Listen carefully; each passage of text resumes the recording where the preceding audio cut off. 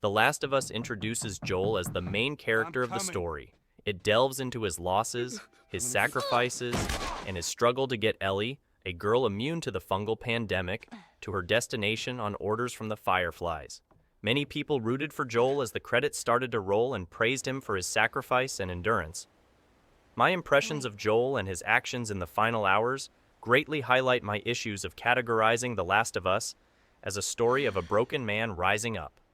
In fact, Joel's actions made him the true villain of the story, and that is what I want to explore more in this character analysis. Why Joel is the true villain of The Last of Us. The number of confirmed deaths has passed 200. The governor has called a state of emergency. There are hundreds and hundreds of bodies lining the streets. Panic spread worldwide after a leaked report from the World Health Organization showed that the latest vaccination tests have failed. With the bureaucrats out of power, we can finally take the necessary steps. Los Angeles is now the latest city to be placed under martial law. All residents are required to report. Before I start this analysis, there are a few things I want to disclose and warn about. This analysis will spoil pretty much all the central plot points of the game and will contain spoilers throughout the analysis, as well as the video content in it. Furthermore, I also want to address the striking similarities this analysis has with a lot of other analyses on the topic. I am not the first to create a character analysis of The Last of Us, and I'm going to address many points and perspectives which has already been discussed by plenty of other creators. Without exactly knowing every video out there, I still want to highlight that a lot of my opinions and thoughts are shared with fellow YouTuber Fat Brett. I want to further disclose that I in no way are trying to copy or steal his thoughts and opinions, but that we share a lot of the same methodology and reasoning. And of course, since I am already on this topic, I also advise you to check out his channel, specifically his analysis videos of The Last of Us, if you find this content interesting, as his videos on the matter are indeed really good. I will also quickly go over the story and essential parts of the story, so to get the most out of this analysis, you should already know the whole story from before, as I will often just refer to certain things from the story. And to be honest, if you haven't played the game yet, I recommend you to do it, or at least see a full playthrough before watching this analysis. And with all of that out of the way, let me tell you why Joel is the real villain in The Last of Us. The player is introduced to Joel before the outbreak. As he comes home to his daughter, Sarah, who is sleeping on the couch, Joel is slightly irritated that she is still not in bed, but he is seen as mostly tired. Sarah wonders about the clock because she has been waiting for Joel. In fact, she was waiting to give him a gift, a nice watch for his birthday. They joke around a bit and end up watching a movie together before Sarah falls asleep and Joel carries her to bed. Already in the introduction, we get to know Joel as a loving father, a friend, and a lighthearted person. He has a really close and genuine bond with his daughter. They can laugh and joke with each other, and Sarah comes forward as a loving, kind-hearted, and likable character. This scene reflects order. It reflects the calm before the storm, but it also reflects how Joel is before the outbreak, and before his character changes to a shell of himself. To better understand Joel's motivation, I would also like to quickly summarize the start and ending of the game. As Sarah wakes up, the world is in disarray. She looks for her father, and as he comes storming in through the door, he shortly after kills an infected. Jimmy! Jimmy, stay back! Jimmy, I am warning you!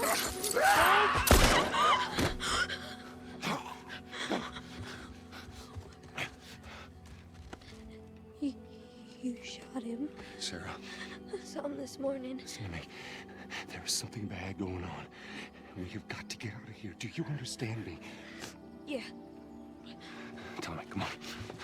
As they travel by car with Joel's brother Tommy, they crash. And Joel is forced to carry Sarah through hell as they fight and run for their lives. Get to the highway! What? Go! You got Sarah! I cannot run him! Uncle Tommy? I will meet you there. Hurry! But in the end, they get caught in the fire. To truly understand Joel's pain and the transformation of his character, I'm going to just let you sit through the defining scene of the prologue. It's my daughter. I think her leg is broken. Stop right there! Okay. We're not sick. Got a couple of civilians on the outer perimeter. Please advise. Daddy, what about Uncle Tommy? We're gonna get you to safety and go back for him, okay? Sir, there's a little girl. But... Yes, sir. Somebody, we've just been through hell. Okay, we just need... Shit.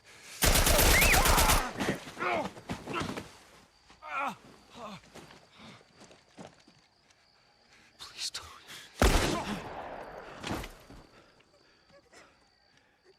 Oh, no. Sarah. Move your hands, baby. I know, baby, I know. God. Listen to me. I know this hurts, baby. You're gonna be okay, baby. Stay with me. All right, I'm gonna pick you up.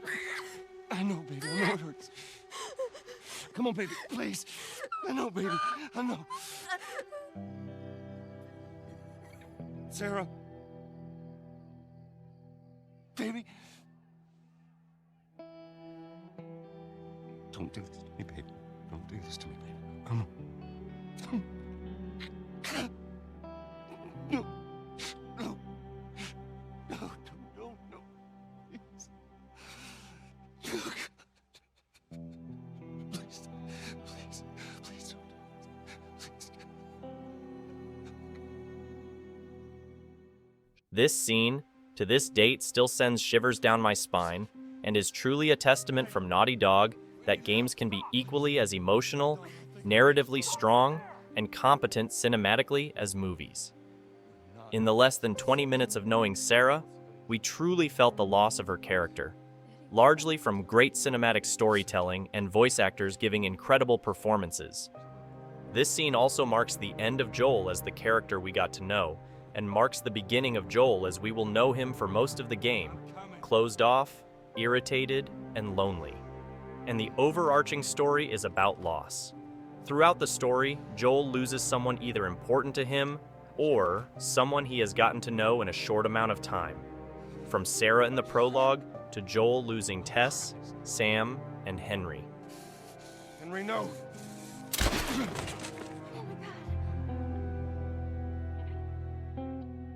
In the final part of The Last of Us, Joel chooses to not lose Ellie, and he goes out of his way and does horrible things to make sure that doesn't happen. Joel's action from killing everybody at the Firefly Hospital to his final lie in the ending scene is what truly makes Joel a villain. His actions at the hospital are selfish, his lie is selfish, but furthermore, his actions and lies completely discredit him as the hero of the story. But why do a lot of us defend Joel? Why do so many of us like Joel, despite his actions? The answer lies in the story of Joel finally opening up and accepting to feel again, and as Fat Brett puts it in his video, to feel companionship again. And there is plenty to pick from in the story. From the opening scene after the prologue, we see Joel, 20 years after the outbreak. We are instantly hit with a familiarity, but also this sense of mystery as Joel is shown. We know him, but we don't know what he has become. Joel is a bitter man, a lonely man, and more often than not, a very brutal man. I can't. You just give me a couple days. This introduction to get to know Joel over again shows him in a completely different light. I don't even know. Here's how this thing's gonna play out. You don't bring up Tess. Ever. The interesting thing about him is that Joel chooses to be bitter, to be lonely, to be brutal, because he has chosen to not get hurt again, to get hurt like he did when he lost Sarah. The whole ordeal is an interesting take on how much we are willing to endure and lose, just to not get hurt. This person who will not allow himself to be hurt is fundamentally flawed in that we humans are social creatures and are dependent on other people. We need a community, a social network, and we see that throughout the story with Joel, as he gets dragged into feeling again and constantly fighting back his urge, his need to feel, to love, to be a part of something bigger than himself. We get a glimpse of his struggles when he stands on the roof with Ellie. We see him look at her, seeing her pureness and the kind-hearted character within her. But we also see Joel quickly seeing the similarities to his daughter, the pain and suffering with getting too close and he quickly shuts off again. We see this constant fight Joel has with himself, from keeping things professional with Tess, but getting suddenly caring despite trying not to. We see it in his reaction to her being bitten and sacrificing herself. Let me see. I didn't mean for Show it to me. Oh, Christ. No matter how much he tries, his need to connect and feel resurfaces. Ellie is the catalyst for Joel. She is the one who reminds him of his loss, but she is also the one making him remember what feeling is like. Ellie is arguably a very likable character because of her openness, her kind heart, and her enduring willpower, but also through her willingness to sacrifice everything to keep Joel alive. And while Joel tries to see her as just a girl, he simply can't stop but to care and think of her as his adopted daughter. The turning point from Joel embracing loneliness to embracing companionship and community is at the community of his brother Tommy. Joel tries to get rid of Ellie by making Tommy take her to the Fireflies. While it is easy to think of this as a moment where Joel is tired of Ellie, or that he simply wants to get back home, I think it resembles the battle Joel has of not being able to fight against himself. This moment resembles Joel acknowledging that he can't stop to care about Ellie, and is the ultimate sacrifice Joel makes to be lonely by leaving her. Joel is afraid to feel, to get hurt, especially as right before they arrive at Tommy's place, Joel meets Sam and Henry, who are metaphorically a mirror of Joel and Ellie if they get close. And as with them, they couldn't continue the journey if they lost each other. I'm gonna get that gun from you, okay? Oh, okay, easy. This is your fault. This is nobody's fault, Henry.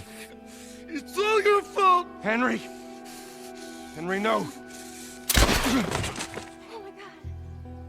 When Joel finds Ellie after she runs away, they get to talk about it between themselves. Ellie tells her story about her losses, about how she has been abandoned again and again, that Joel has been the only constant in her life. It is a very heartwarming scene that shows Ellie's attachment to Joel, but the heartwarm feeling quickly stops as Joel refuses to open up to Ellie and goes in defense, to try to push her away because he knows that if she doesn't, he can't. And Joel ends up with giving Ellie the most asshole response that is possible. You're not my daughter. And I sure as hell ain't your dad. We are going our separate ways. After a fierce showdown with some less than friendly bandits, Joel, Ellie, and his brother Tommy decide to hit the road on horseback. Destination? A ridge that overlooks Tommy's tight-knit community. Now, this moment right here is a real game changer. Joel, a guy who's carried the weight of the world on his shoulders for way too long, is at a crossroads. He's been a lone wolf in this post-apocalyptic nightmare, but right here, he makes a choice. He decides he's done with the lonely road. Instead, he's ready to embrace companionship, community, and heck, even a little bit of hope. It's a heartwarming transition, and you can't help but smile at the thought of this grizzled survivor finding his way back to humanity.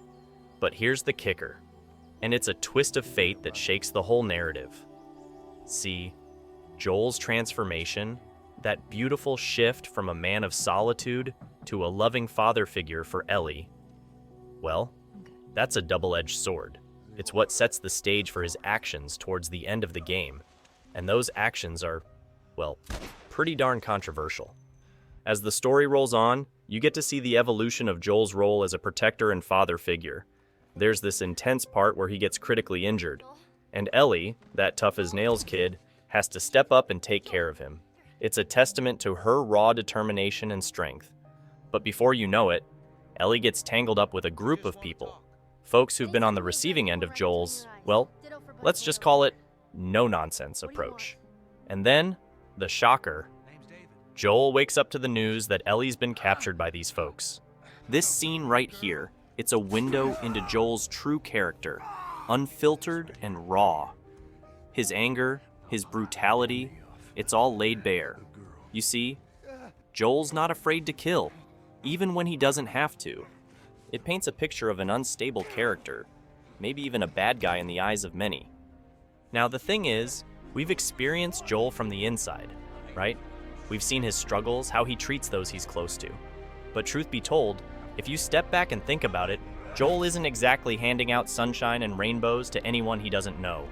And here's the kicker: the seemingly senseless killing of the folks who had Ellie captured. Joel had them at his mercy, and sure, they might have been some pretty nasty cannibals, but there's no clear evidence he knew that at the time. It raises the question, is there ever a justification for taking a life, especially when the threat's been neutralized? What makes this all so intriguing is that the idea of being a bad person is a pretty darn subjective thing. You see, someone might call Joel an asshole, and they wouldn't be entirely wrong. But Joel's also capable of showing affection, of caring deeply, especially when it comes to the people he considers his own. So, you see, it's all about perspective. We've been on this roller coaster of a journey with Joel, but most folks who meet him from the outside, they won't see him through the same lens we do. And that's what makes The Last of Us a narrative that makes us question and reevaluate our definitions of good and bad in a world where the lines between right and wrong have blurred beyond recognition. Ellie is locked in a life or death struggle with the ruthless leader of the cannibals. Fear, anger, and frustration surge through her as she grapples with this terrifying situation. She's not about to be a victim, though. In a moment of sheer desperation, she grabs a machete, and with a mix of fear and determination, she strikes down her attacker. But here's the detail: it's not over yet. Ellie doesn't stop. She keeps on going, unable to halt her assault, as the sheer brutality of her actions takes over. It's a chilling scene, one that highlights the depths of Ellie's fear and the harsh reality of survival in this unforgiving world. And then, here comes Joel, the man who's been through hell and back. He sweeps Ellie into his arms, offering her the comfort and reassurance she desperately needs. It's a powerful image, and it's in this very moment that Joel undergoes his final transformation, from a lone wolf to a caring father figure. Stop! Stop! Fucking touch me! Okay, it's me! It's me! It's me! Look! It's me. He tried to... Oh, baby girl. It's okay. It's okay. Joel. It's okay.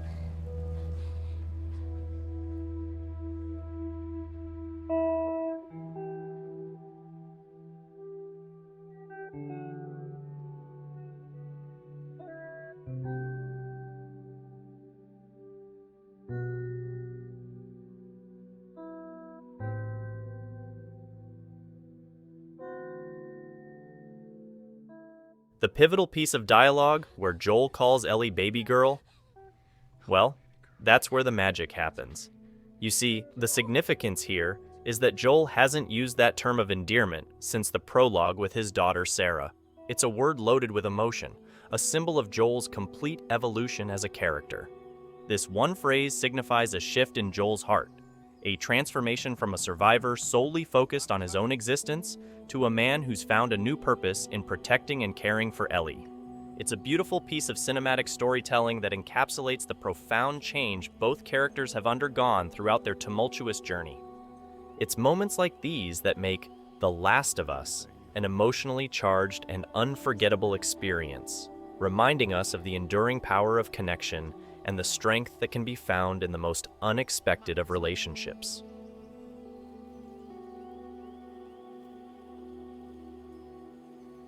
However, this leads me into my bullet points of why Joel is the true villain of the story. Now, let's delve into the heart-wrenching ending and Joel's fateful choices. Brace yourself, because this is where the emotional roller coaster takes a sharp turn. Joel doesn't hold back when it comes to achieving his goals. His actions involve taking lives, not just of typical bad guys, but even non-combatants like medical personnel. It's a shock to the system, and it makes you question where the line between right and wrong truly lies. But what really tears at your heart is Joel's motivation. His deep attachment to Ellie leads him to tell her a colossal lie, that there are more immune people out there, but no cure has been found. It's a devastating betrayal because Ellie sees Joel as a guiding force and someone she can trust. This lie also comes on the heels of Ellie opening up about her own profound loss. This is where the story takes an emotional nosedive. Joel's actions start to drive a wedge between them, and it's excruciating to watch their once unbreakable bond unravel. Ellie is smart, she is observant, and she knows when Joel isn't honest with her. It completely shakes up their relationship as Joel underestimates Ellie's intelligence. The ending of The Last of Us isn't just a conclusion, it's an emotional whirlwind. It forces you to grapple with the complexities of Joel's character and his decisions. Whether you label him a villain or a deeply conflicted protector, well, that's a question that lingers in your heart and mind long after you've put the game down. No matter what, you keep finding something to fight for. Now, I know that's not what you want to hear right now. Swear to me. Swear to me that everything that you've said about the Fireflies is true. I swear.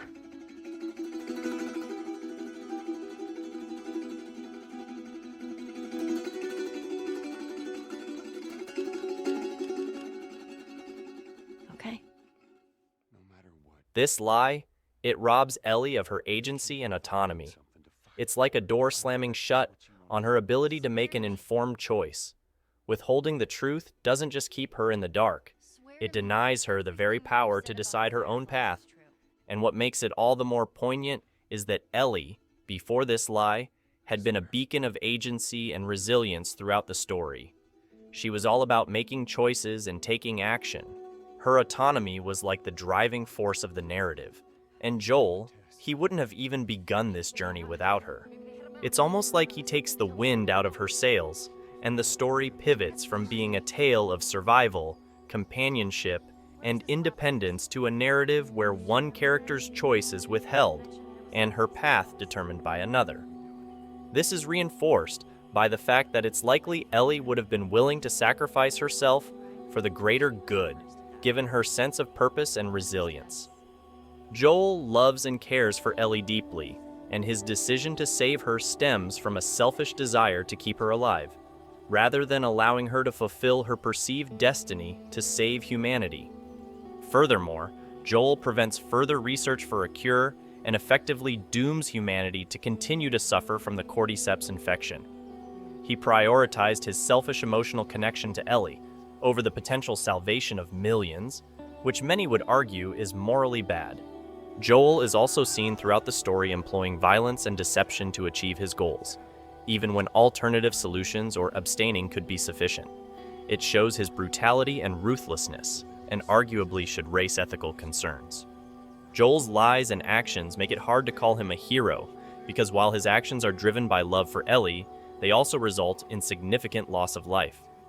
Joel's lie effectively quashed the heroic endeavor to save humanity, but it also emphasizes that morality is not black and white.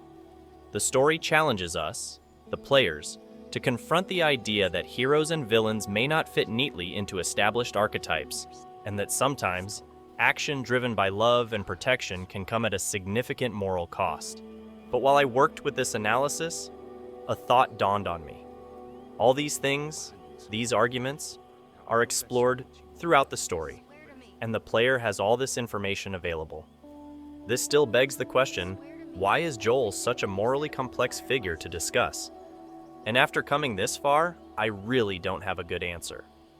I would argue that Joel's story and journey portray the moral complexity of Joel's actions and lies.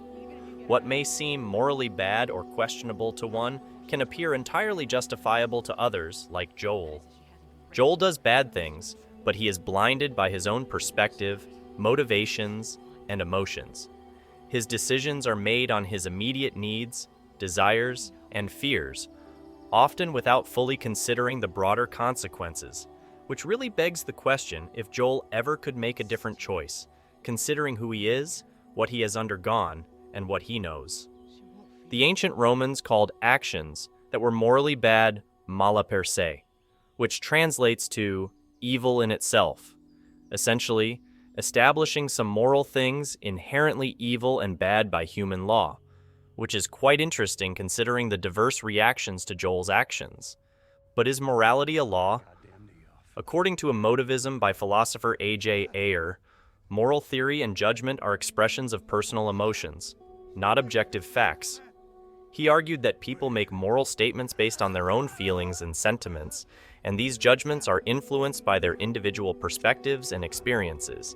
And I think it might be the answer to why people have such diverse opinions on Joel's actions. Joel himself is justifying his own actions through his own experiences, feelings, emotions, and sentiments. Joel is almost hardwired to make the decisions he makes in the ending because Joel's decisions are a byproduct of what he has endured and experienced. And many viewers have felt that connection to Joel, his struggle, his experience, and his emotions throughout the game, and therefore feels that he is justified in his actions.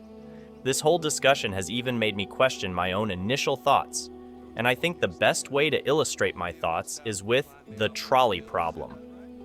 The trolley problem is often used to describe how some people choose to abstain from actions, even though it might save lives. The trolley problem has a train going straight forward towards 5 people without any way to stop it.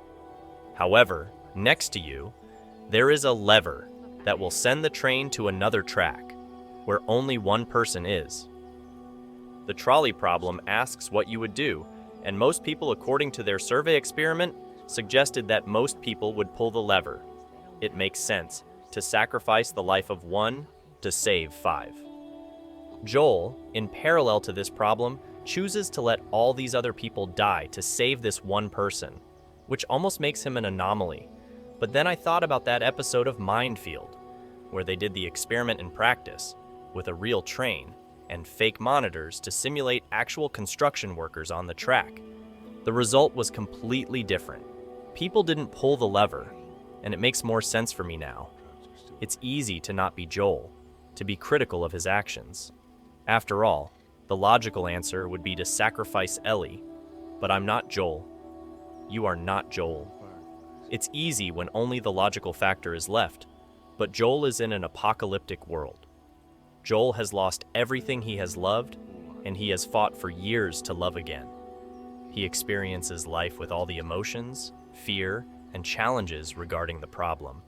Joel's inability to make a different choice could be attributed to hard determinism, which argues that free will is an illusion. It would be unfair to expect him to act differently, given that Joel's past experiences led him to make the choice he did. The concept of determinism is fascinating, but it may not fully capture the complexity of human behavior. Compatibilism, however, suggests that despite external forces shaping our actions, we still have the freedom to make choices based on our desires and rationality. While we cannot make choices completely freely, our past experiences and events shape us, and we are capable of making choices within the values and desires that have developed within us. Also, defending Joel's actions based on emotivism does not necessarily make them right or justifiable. While morality is a human-made concept, it is still essential in determining acceptable behavior. Emotivism may offer some defense for Joel's actions, but it should not be treated as a universal law. The controversy surrounding Joel's actions and their perception by the audience could also be an example of moral relativism, where all moral positions are considered valid. This complexity of moral issues makes it challenging to address and resolve ethical conflicts.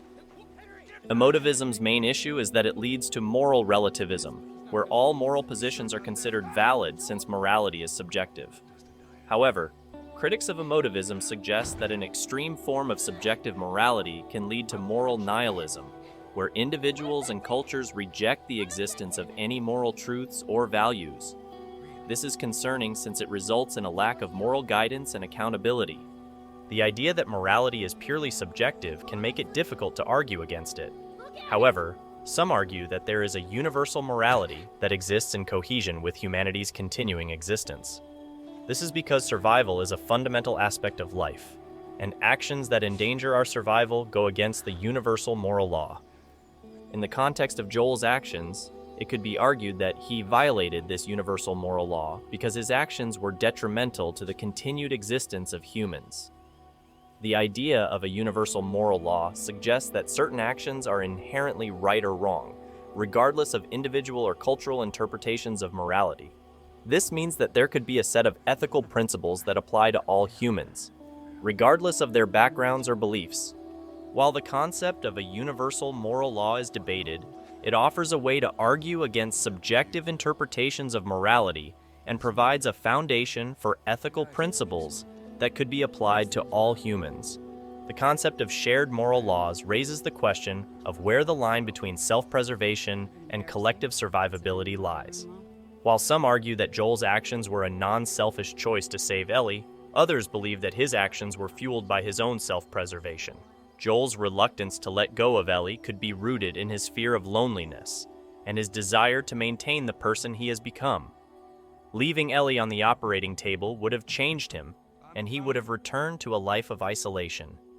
Therefore, Joel's decision to save Ellie may have been driven by his own self-preservation rather than a selfless act to protect humanity.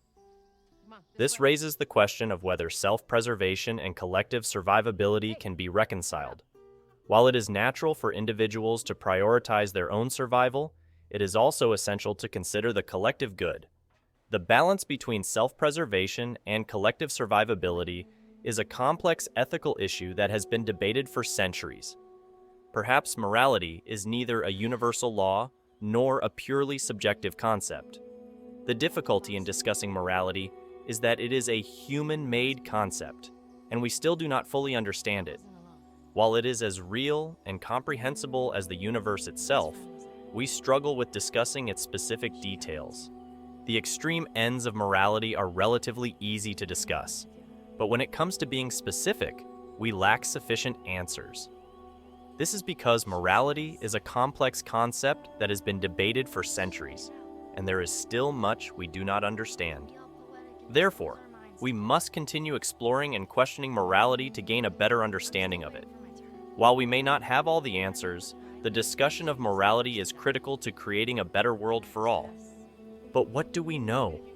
We know Joel's lie shatters Ellie's illusion of who Joel is, we know it takes away agency over Ellie's decisions, and we know it is done in self-preservation. We know Joel killed a lot of people in the hospital, we know that he actively fought against humans' continuing survival, and we know that it conflicts with the theory of universal morality. The discussion of egoism, self-preservation, and the meaning of life could go on indefinitely, but the complexity of these issues could make them even harder to answer. Perhaps the challenge arises from the limitations of words like evil, bad, monster, or villain to fully describe Joel's actions. These words are too simple and monotonous to capture the depth and complexity of Joel's character and actions. As such, we must continue to explore and discuss morality to gain a better understanding of these complex issues. Ultimately, the question of whether Joel's actions were right or wrong is subjective and open to interpretation. However, the discussion of these issues is critical to creating a better world for all, and we must continue to engage in thoughtful and meaningful dialogue to gain a better understanding of the complexities of morality. And she got bit too. We didn't know what to do. So, she says, let's just wait it out. You know, we can be all poetic and just lose our minds together. I'm still waiting for my turn. Ellie. Her name was Riley, and she was the first to die. And then it was Tess. And then Sam. None of that is on you. You don't understand. I struggled for a long time with surviving. And you... No matter what, you keep finding something to fight for. Now, I know that's not what you want to hear right now. Swear to me. Swear to me that everything that you've said about the Fireflies is true. I swear.